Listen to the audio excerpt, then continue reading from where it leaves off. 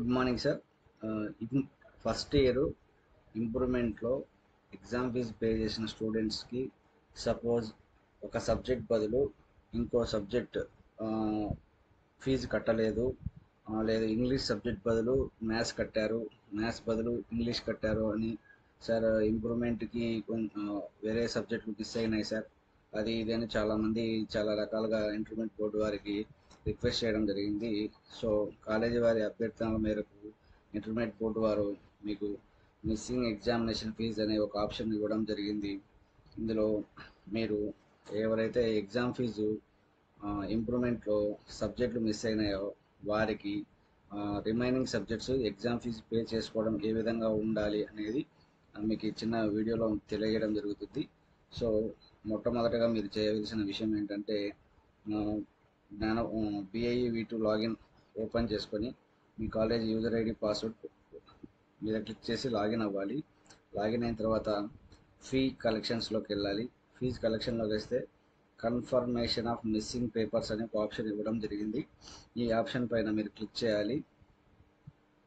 Click చేసి first year general improvement మీద select చేసుకొని ఒక హాల్ టికెట్ నెంబర్ మీద మనం హాల్ టికెట్ నెంబర్ పెట్టి ఎవరైతే ఎగ్జామినేషన్ ఫీజు తప్పుగా ఎంటర్ చేశారో ఆ స్టూడెంట్కి మాత్రమే హాల్ టికెట్ నెంబర్ ఇక్కడ క్లిక్ చేసి గెట్ డీటెయిల్స్ అని కొడితే ఆ అబ్బాయి ఏ ఏ సబ్జెక్ట్స్ ఉన్నాయి ఏంటి మొత్తం అనేది కూడా మీకు ఇక్కడ క్లియర్గా చూపించడం జరుగుతుంది. ఆల్రెడీ అబ్బాయి ఇంగ్లీష్ పేపరు తర్వాత బాటనీ పేపర్కు ఇంప్రూవ్మెంట్ రాయడం జరుగుతుంది.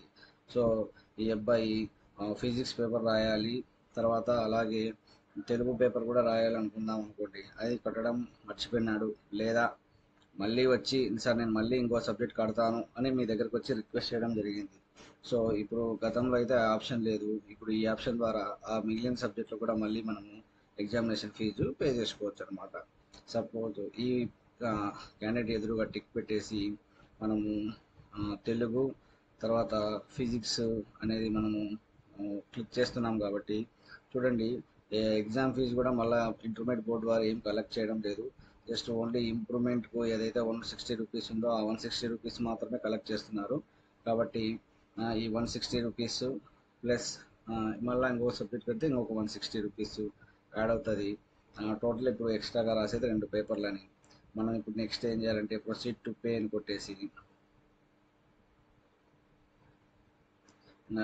ఫోన్పే ఆప్షన్లోకి వెళ్ళిపోతుంది. ఇక్కడికి వెళ్ళేసి మనం క్యూఆర్ కోడ్ సెలెక్ట్ చేసుకొని జనరేట్ చేసేస్తే మనము దాంట్లోకి మనము ఎగ్జామినేషన్ ఫీజులోకి డైరెక్ట్గా పే చేసుకోవచ్చు అనమాట, ఎటువంటి ఇబ్బంది లేకుండా. కాబట్టి మనము ఇక్కడ పే నవ్ అని కొట్టేసి ఆ అబ్బాయికి ఎగ్జామినేషన్ ఫీజు చెల్లించవచ్చు అనమాట. చెల్లించేస్తే ఆ అబ్బాయిది కూడా మనకు మిగతా టోటల్ అన్ని సబ్జెక్ట్స్ ఏదైతే ఉన్నాయో ఆ సబ్జెక్ట్స్తో పాటు చూస్తుంది. సపోజ్ ఒక సబ్జెక్టు ఇంగ్లీష్ సబ్జెక్ట్ బదులు కెమిస్ట్రీ కట్టాలి.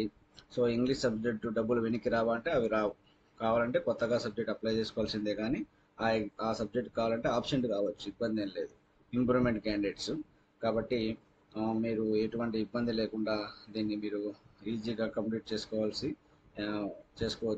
కాబట్టి దీన్ని ఉపయోగించుకొని మీరు ఎగ్జామినేషన్ ఫీజు పే చేసుకోవాల్సిందిగా మిమ్మల్ని అందరినీ రిక్వెస్ట్ చేస్తున్నాం సార్. అలాగే ఈ ఛానల్ అట్లా సబ్స్క్రైబ్ చేసినారంటే నెక్స్ట్ మీకు వీడియోస్ అన్నీ కూడా కొంచెం మీకు చేయడానికి మాకు అవకాశం ఉంటుంది. దయచేసి ఛానల్ సబ్స్క్రైబ్ చేయండి సార్. Thank you.